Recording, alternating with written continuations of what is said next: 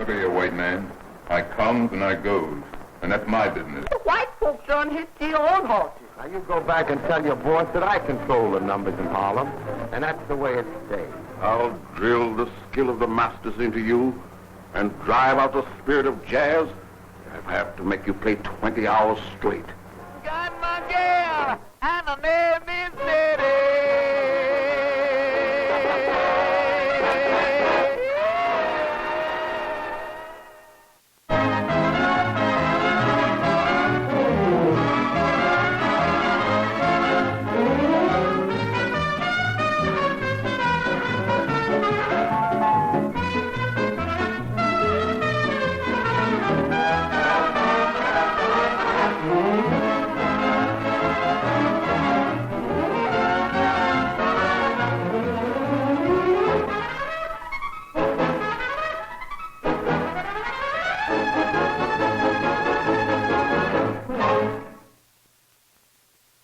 Movies and blacks came to America's cities at the turn of the century.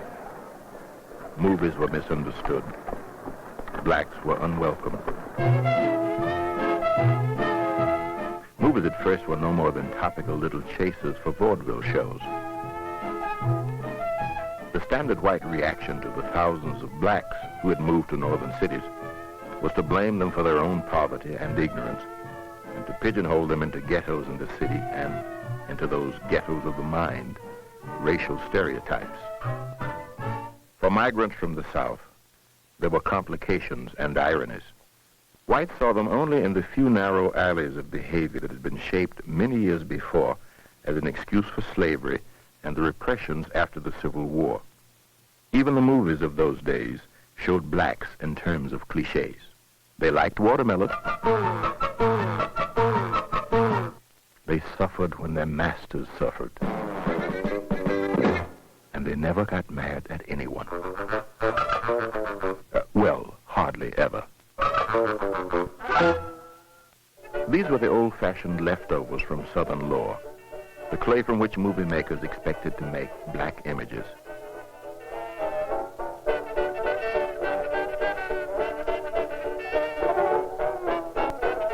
Real life was different, more urban, more varied. Black men could fight in the nation's wars, as they did in the Spanish-American War. They could root for the black boxing champion Jack Johnson as he pummeled a parade of great white hopes. And they could even lead the annual parade on the boardwalk at Atlantic City. Blacks had moved from the South to cold northern cities, where in the years between 1900 and 1925, they struggled to become a new people. Looking cityward for survival and salvation from lynching and rural poverty, they often found squalor instead of salvation. By the teens of this century, old black stereotypes clearly had no place in America. Who was to define the new Negro, both to himself and to the white world? First on the scene were old rivals in a contest for nationwide black leadership. Booker T. Washington and his secretary, Emmett J. Scott, on one hand, and W.E.B. Du Bois of a new organization, the National Association for the Advancement of Colored People, on the other. What aroused their anger that summer of 1915 was a national reaction to D.W. Griffith's The Birth of a Nation, the first real screen epic. It had spectacle, stars, glamour, thrilling drama. More than that, it expressed the most racist Southern attitudes and images. The picture promptly blamed the abolitionists for the Civil War, proclaiming that slavery was less an evil than the underpinning of a traditional Southern way of life. Said Thomas Dixon, the author of the novel from which the movie was made. The object is to teach the North what it has never known, the awful suffering of the white man during the dreadful Reconstruction period. I believe that Almighty God anointed the white men of the South by their suffering to demonstrate to the world that the white man must and shall be supreme. It wasn't only the racial assault of the Birth of a Nation that enraged blacks. Publicity press releases and posters, clanging bands and marches, and press agent gimmickry ballooned the picture into a monstrous celebration of the old-fashioned Southern version of the nightmare of Reconstruction.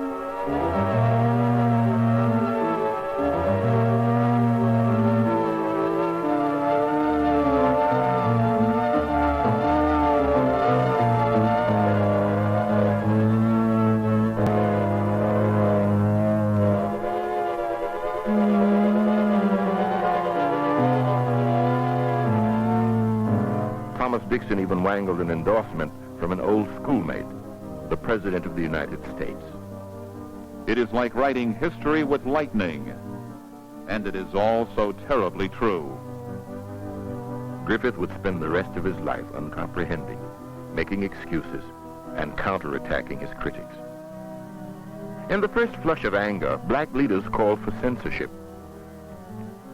Despite well-publicized legal battles of the NAACP, The Birth of a Nation was shown pretty much at will, sparking racial hatred by showing ambitious mulattoes lusting after white women.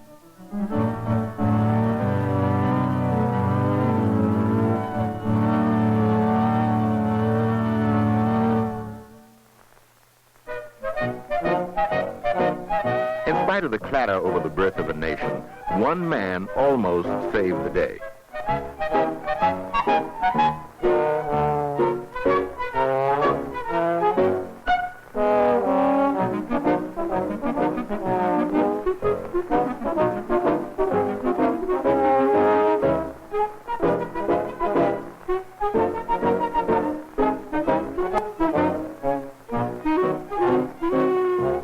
In 1916, Biograph, Griffith's old studio, was about to go under.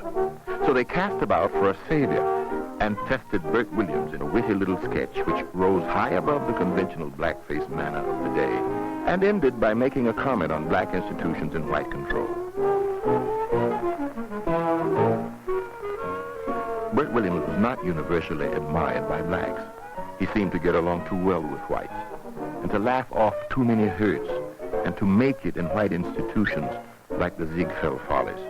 "'Tis no disgrace being a Negro," goes his strongest line on racism, but it is sometimes inconvenient. Blacks were at a loss. Protest over continued showings of Birth of a Nation came to nothing. Their only hope was to pull together in common cause and make movies of their own, movies known as race movies. Emmett J. Scott went to work on a film. Shooting started in Tampa, Florida. The Birth of a Race was not a critical success. Few people saw it after a splashy opening at Chicago's Blackstone Theater. It was the first black attempt to reach a nationwide audience with a major motion picture. It failed, but it also inspired a young black mailman in Omaha. George Johnson and his brother Noble, an actor at Universal Studios, formed the Lincoln Motion Picture Company to make good movies for black audiences. The men of Lincoln came from a cohesive black middle class in Los Angeles, men on the make and keenly race conscious. The Lincoln movies, with their black versions of the American success myth, aimed straight at the heart of this urban black bourgeoisie. These fragments of a 7-reel film called By Right of Birth are the only pieces of a Lincoln Motion Picture Company film known to survive today. The star of By Right of Birth, Clarence Brooks, played the part of a black Horatio Alger.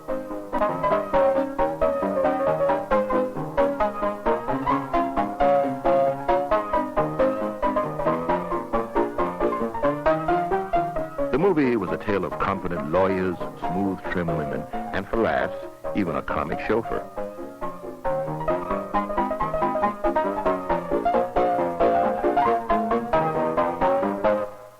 Another of their efforts was called The Realization of a Negro's Ambition, the story of a young man who, despite initial setbacks, wins the money and the girl. The Johnsons also made a timeless story based on the true adventures of a black soldier in the border wars against Mexican revolutionaries, the trooper of Troop K. George Johnson recently described the making of the film.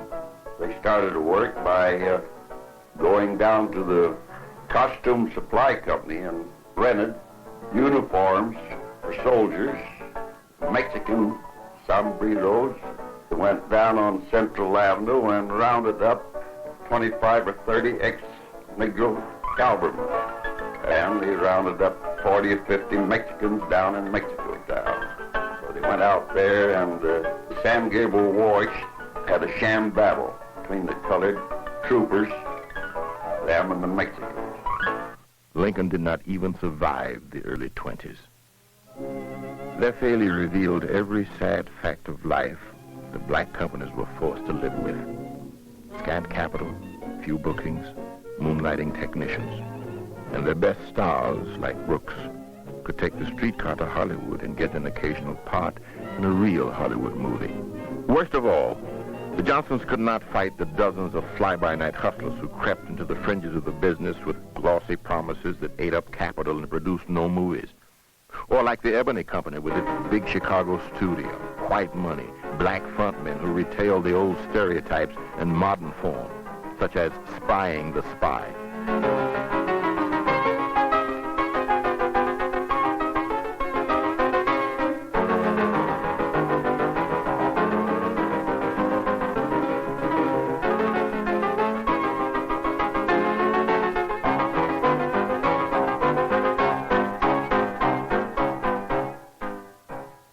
Well, that was the way it was. A secret history until now of George and Noble Johnson and their Lincoln Company, and Emmett J. Scott, and his grand first stride toward a black cinema. They failed to reach millions of moviegoers, but they opened a trail for black filmmakers to follow. A trail of positive roles, enterprise, and decent black images. If the teens belonged to these pioneers, then the years of boom and bust, the 20s, belonged to a young black man from the Dakota Prairie, Oscar Michaud.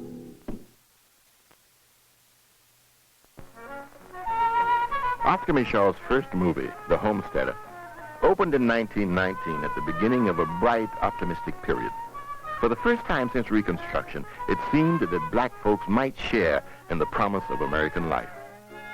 If its surface brightness covered the poverty underneath, who was there to protest? The World War had ended. Times were good. Harlem was in the midst of an artistic, social, and economic renaissance. There seemed to be a little more money. Black pride rivaled old negative feelings. Black protesters shared the streets with the Ku Klux Klan for the first time. Marcus Garvey's strongly nationalist Universal Negro Improvement Association advocated separatism and a return to Mother Africa and signaled the arrival of new times. Dunbar, Rio, Rosebud, Gate City, Norman, black studios grew with the times. Of them all, Oscar Michaud most answered the needs of the new Negro. This rare tinted print of Body and Soul is all that remains of his silent work. It was a different look at those rock-ribbed stalwarts of the black community, the church and the preacher.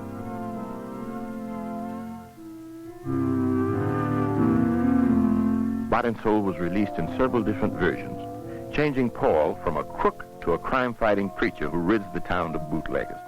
In this version, the wicked preacher has a twin brother, also played by Robeson. The preacher drinks hard liquor, is a friend of gamblers and mobsters, assaults a girl, the daughter of one of his trusting parishioners, steals the mother's life savings, and brutally attacks the girl's brother who is trying to bring him to justice. Body and Soul is startling in the power of Robeson's performance. All his promise as an actor and as a personality is apparent in scene after scene.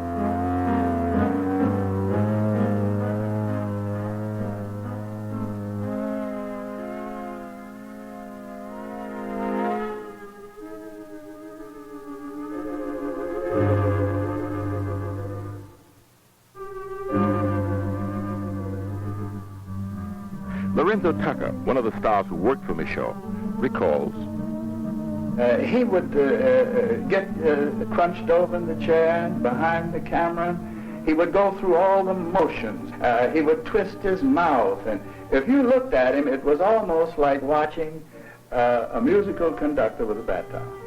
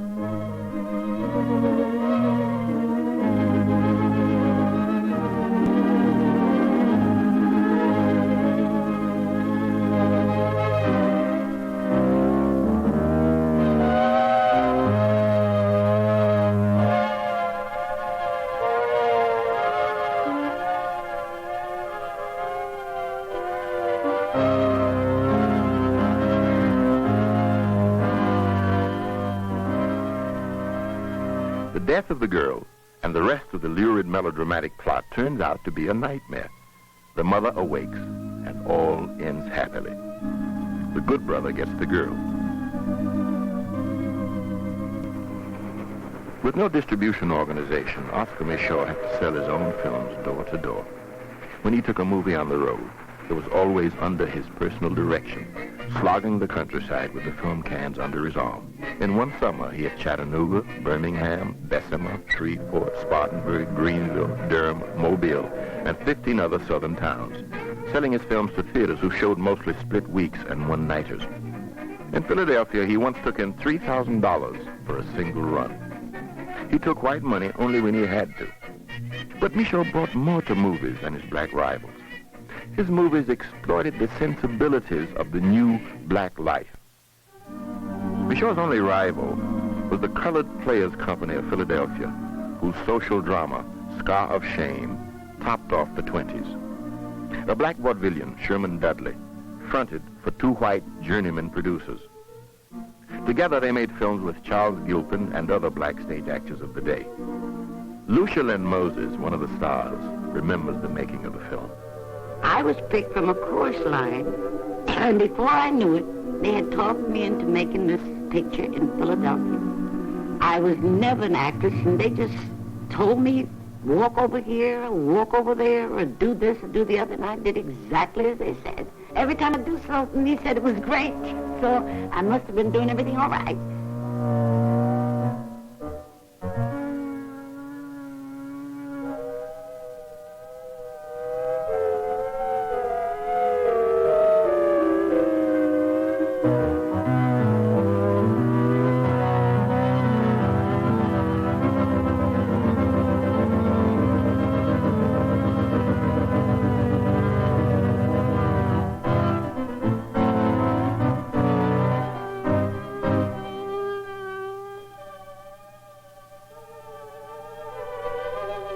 Scar of Shame delved into the then important issue of color caste snobbery within black circles, less pronounced than white man's segregation, but another burden for blacks to bear.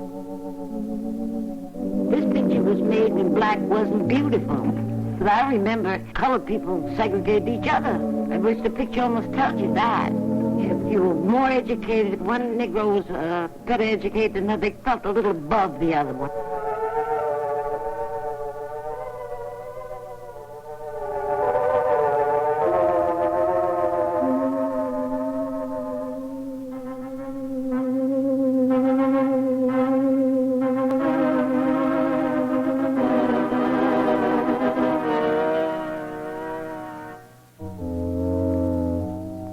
Far more urbane and polished compared to most race movies, it told the story of a girl who was deceived into leaving her husband by a conniving nightclub owner and who commits suicide once she learns that her husband will marry a girl of his own set. But my baby sister had a beautiful dress, and I said, look, Julie, can I borrow your dress for the movie I'm making over there? And she said, well, okay, but take care of it. And that's the dress you see in the last part of the picture. Everybody asked her, said, Julie, did you see Lucia's picture? She said, I didn't go to see Lucia, I went to see my dress.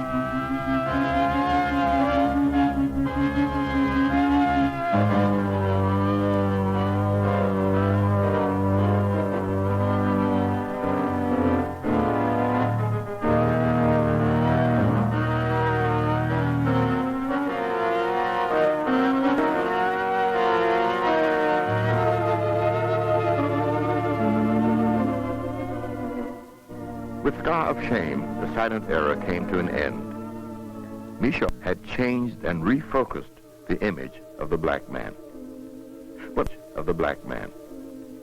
But more important, their movies reached out to black audiences with inspirational messages, movie versions of black novels, and just good, crackling melodramas. Something of the complexities of black life had finally been transposed to film.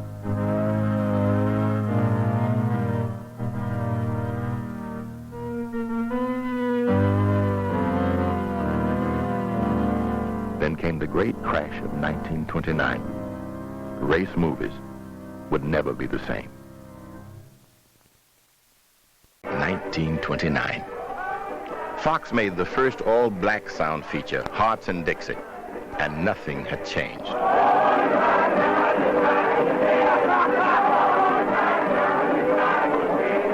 Along with the next decade of singing and dancing and comedy routines that would epitomize the black performer on the Hollywood screen, there were occasional flashes of Hollywood sensitivity to blacks. Still, black independents were hurt by each new intelligent use of a black performer in a Hollywood movie. I ain't never going to forget what you've done for me. I'm going to study hard. And when I get to be a big doctor, I'll come back. You won't never have to worry no more. I ain't worrying no more, son. I know you're going to make me proud of you.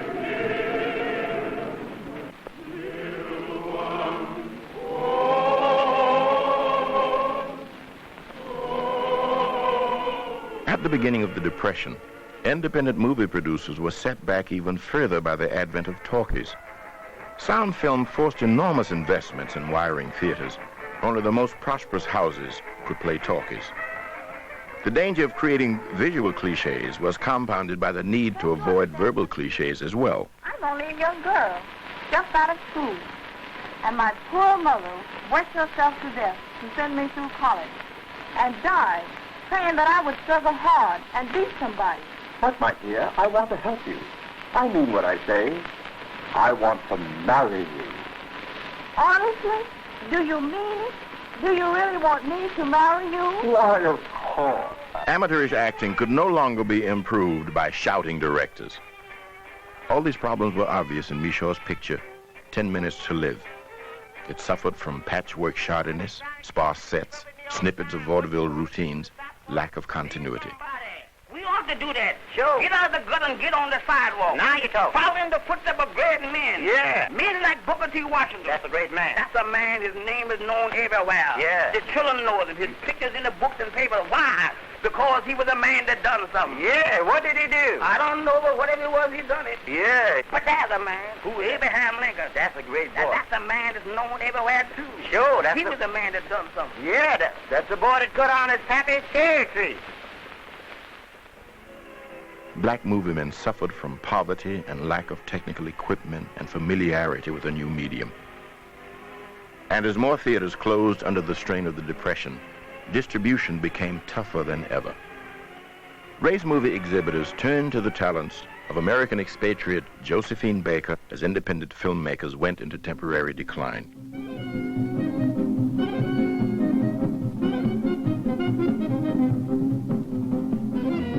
Bursting with star quality, she might never have returned to America on film if J.A. Rogers of the Amsterdam News had not spotted the long lines outside Palais Aubert in Paris for her movie, Siren of the Tropics. The critics were divided. If they accepted La Baker as a rich black presence on the screen, the price seemed too high. Her tam-tams and zuzus symbolized the carefree joy of the natives, one of the very stereotypes that blacks were beginning to drive from the screen. The best of the overseas pictures were British and starred an on-again, off-again expatriate, the black star, Paul Robeson. These are scenes from a film he made in England in 1935, Sanders of the River. The war drum.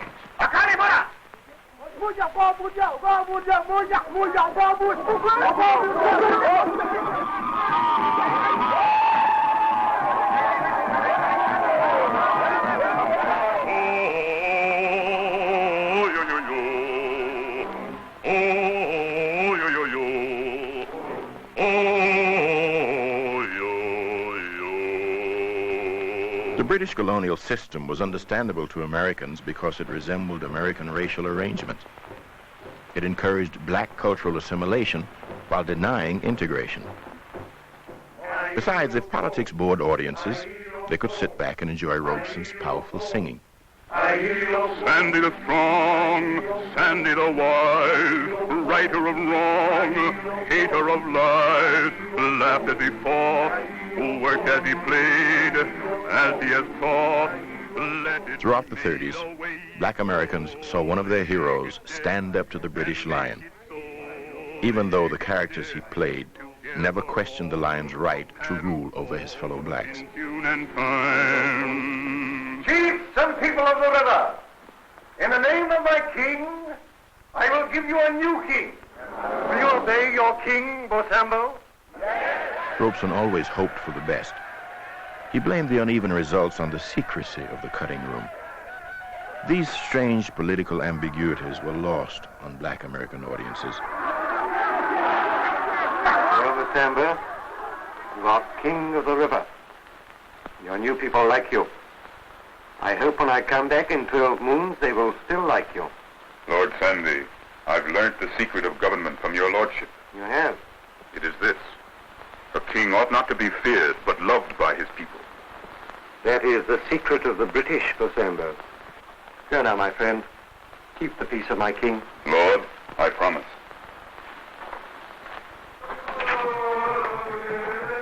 One of his best films was not made in Europe or Africa at all, but on Long Island.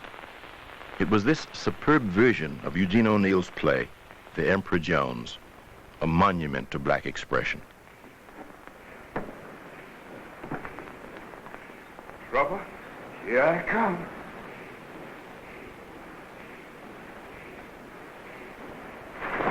Producers John Kremsky and Gifford Cochran brought together an impressive roster of talent. Most of all, it featured the imposing presence of Robeson as a Pullman porter, wise beyond his place in life, with an itch for power and a will to reach beyond his grasp. Fire again! Don't you all know I've got a charm? Takes a silver bullet to kill Brutus Jones.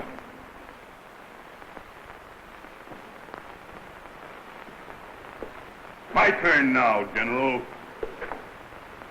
Company, attention.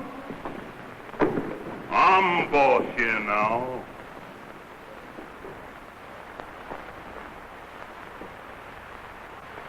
King Brutus. No, somehow that don't make enough noise. Freddie Washington recalls. The things that he said with such conviction. He'd just carry you away, and just the sound, melodious sound of his voice, number one, was so overpowering that your jaws just hung. You look at the man, or I think almost everybody who ever had any contact with him got this sort of feeling from him.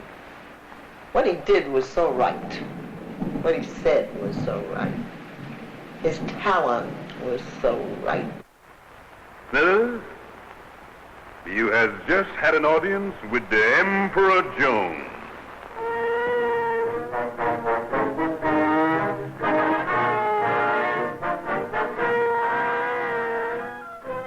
By the end of the Depression, Robeson's mix of internationalism, class consciousness, and race solidarity spoke to black nationalists, white liberals, and Marxists, all at the same time. In the end, he dies as a result of black ambition, not black resignation. So long, white man.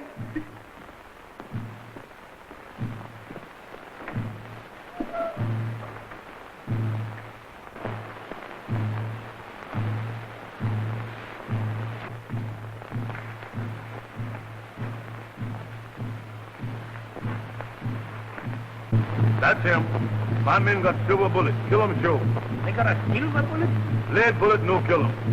Him got strong charm. I cook money, make silver bullet. Make strong charm, too.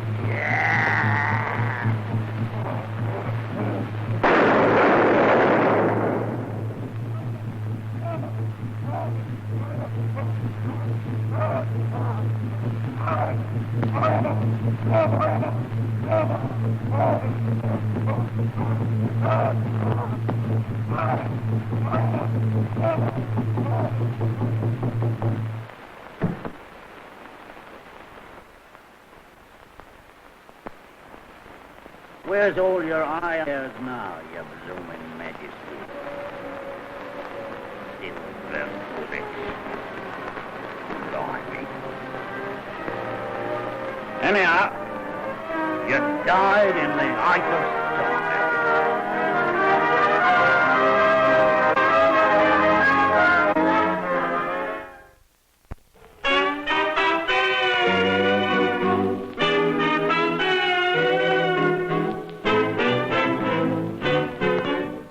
Drawn as much by giveaways of free glassware and dishes, bingo, and air cooling, Americans sat out the Great Depression in movie houses, their social attitudes gradually changing.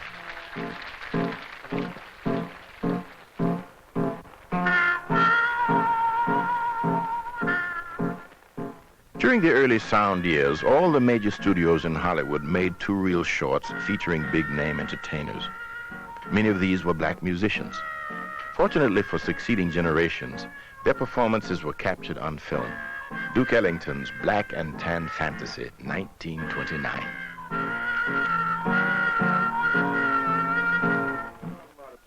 Hey, what are you fellas doing coming in here like this? Brother, remove your anatomy from that mahogany. We come here to move it today. Well, you're not going to take my piano, are you? I ain't going to take your icebox. Duke, I've got some wonderful news. I've just landed a job in a nightclub, and I'm going to dance, and you're going to play. Isn't that wonderful?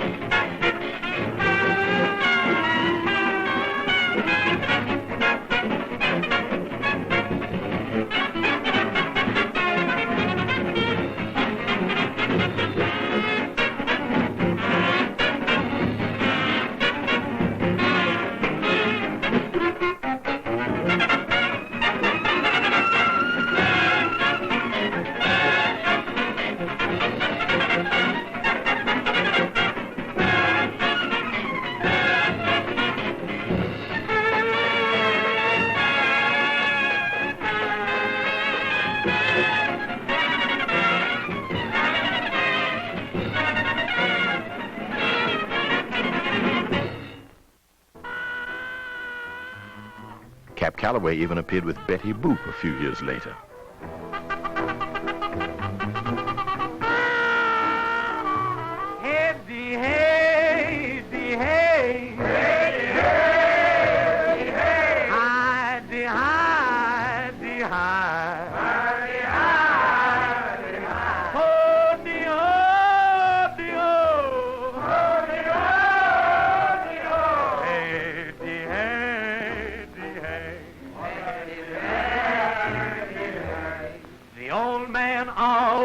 Mountain.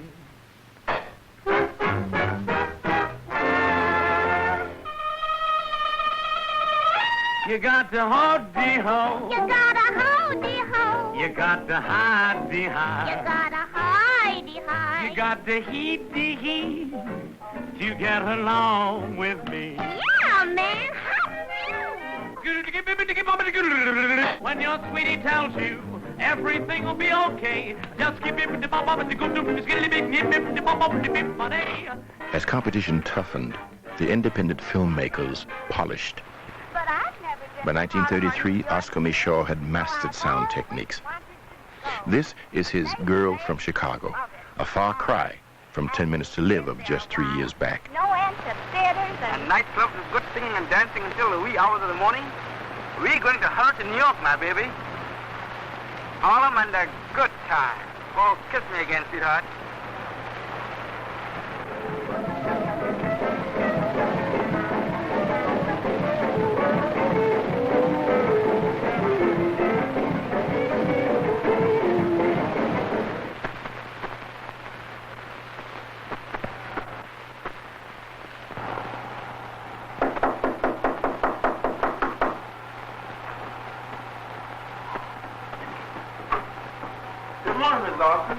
Have you got your numbers ready?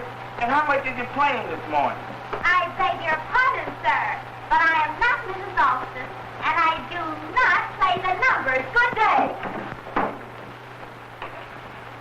Well, smack my mouth.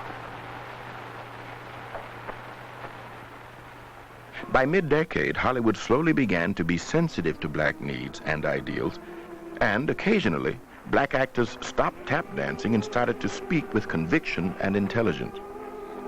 This sequence is from King Vida's So Red the Rose, made in 1935. Give us the land! Give us the houses! Not another day's work! Jubilee! Yankee men with blue coats is coming down to give us everything to eat. No more plowing! No more breaking new ground! No more planting! No more chopping cotton! Just sitting in the sun! We don't work no more!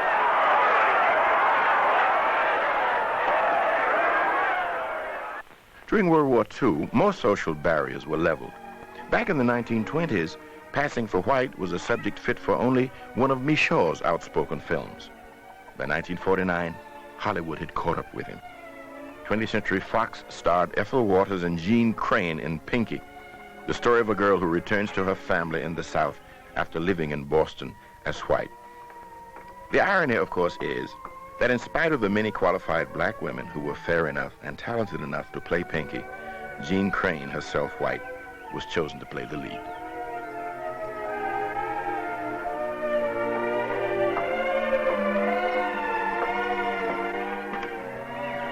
What is it, Pinky? Oh, I wish you'd never sent me away. You mean you wish you grew up ignorant, no count, good for nothing? You wish you never learned to read and write and make your way in this world? Oh, no, but don't you see? Yes, Pinky, I do see. Let me say something once and for all and never again. Why is it you write me less and less as time go by? Why is it after you go to the hospital I get no letter at all? No, you don't need to say nothing. You think I don't know. You think poor old ignorant woman like me living in a shack like this don't know nothing. But you're wrong, Pinky. I do know. And I know what you done. And you know I never told you pretend you is what you ain't. I didn't mean to, Granny. It just happened. But that's a sin before God, and you know it. It was a conductor on the train. He put me back in another car, the white one. But he knowed who you was. I put you where you belong myself. No, it was after that, when they changed conductors. Then why you ain't tell the new conductor? Oh, Granny, I don't know. I was only a child. Then what about school? What about that? Other children talk about their kinfolks, don't they? What you say when they ask you about yours? You tell them who your granny is? Oh,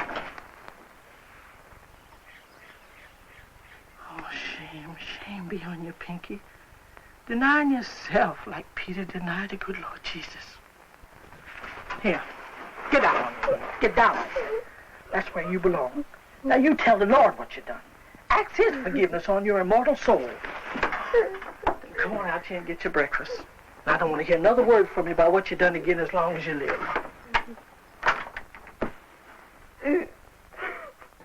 Pat, look at me. Look at me. When you come to your senses, you've got to make a break. Get away from it. I don't want to get away from anything. I'm a Negro. I can't forget it, and I can't deny it. I can't pretend to be anything else. I don't want to be anything else. Don't you see, Tom? No, I don't. You can't live without pride.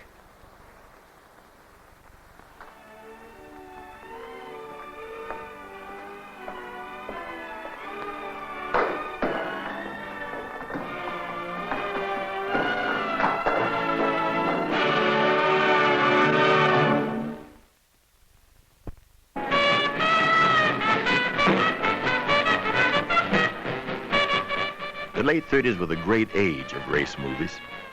They denied themselves no ambition. Everything was tried. Musicals like Heidi Ho. New York City's got subways. California's got warm days. Monte Carlo's got cafes. I got a gal named Nettie. Westerns like Bronze Buckaroo.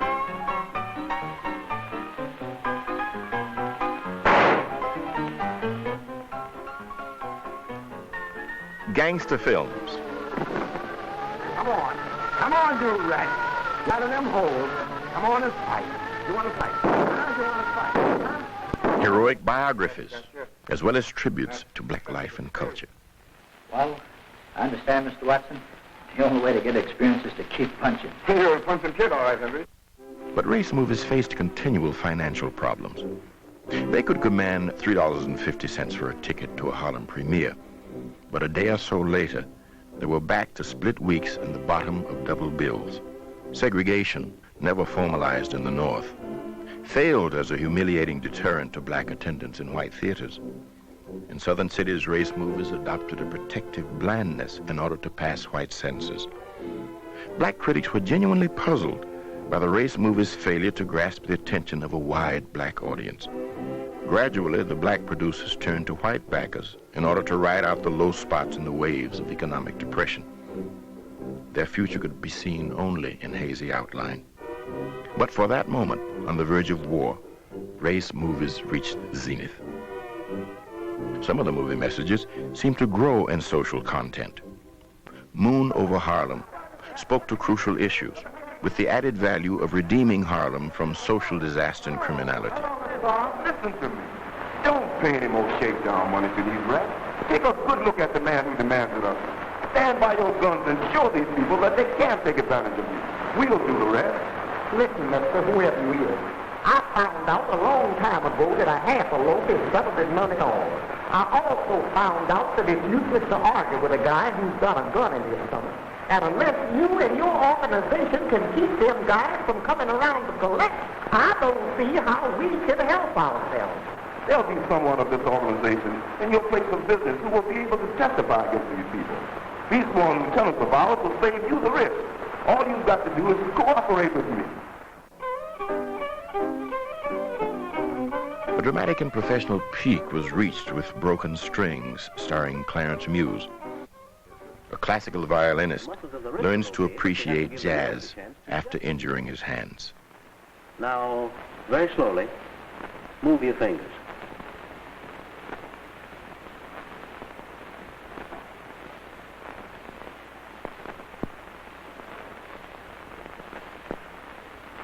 I can't move them. I can't move them!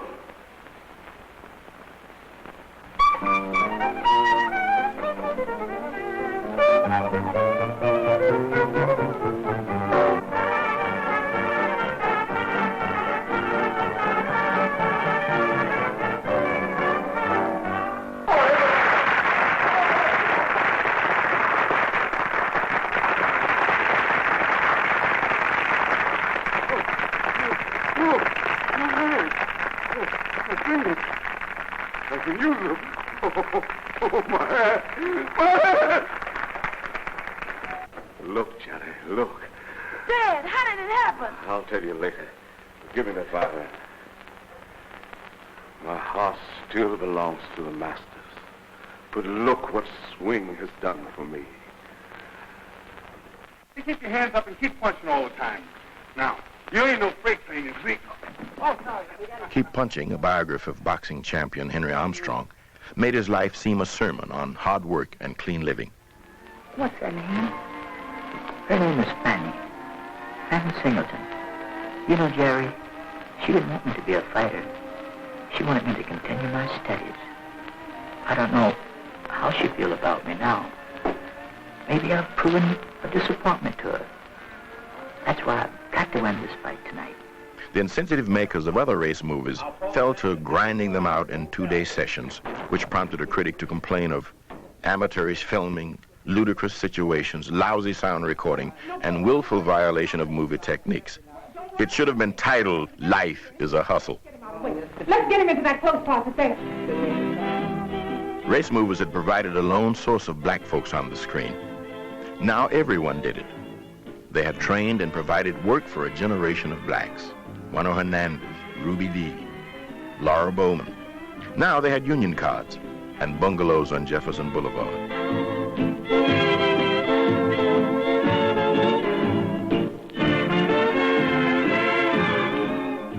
There was one last triumph, paradise in Harlem.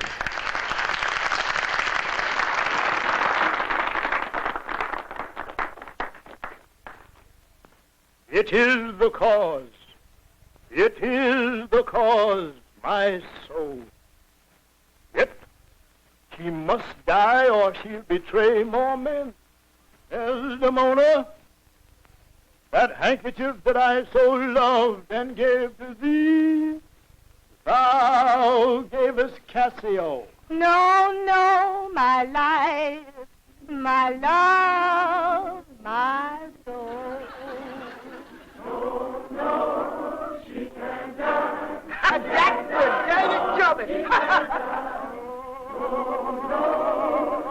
My Lord, my Lord, what more, my Lord. She can't die, Lord, she can't die. Oh, by and by, when morning comes, oh, baby, oh, the baby comes on, every morning and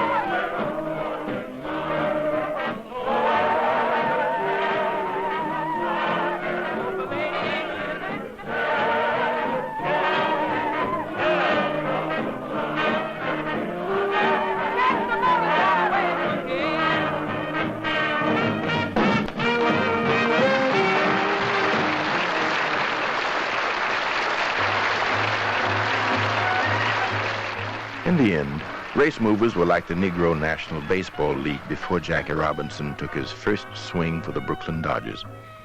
For all their oppressive burdens of scant financing and isolation from sources of training and experience, they still provided images of black heroes and success models where there would have been none.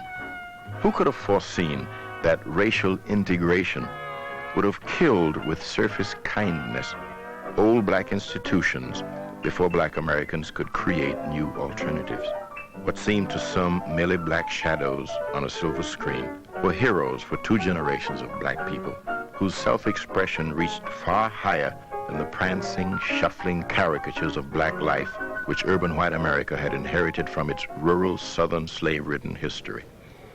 There's a kinship tonight that's like sheer, that will live forever in my memory. Something that only you and I can understand. The race movies and their creators spoke to a strong black consciousness and racial pride. The works of black artists like George and Noble Johnson, Lucia Lynn Moses, Oscar Michaud, and Clarence Muse can join the growing mountain of evidence that black movies were a rich contribution to our national culture.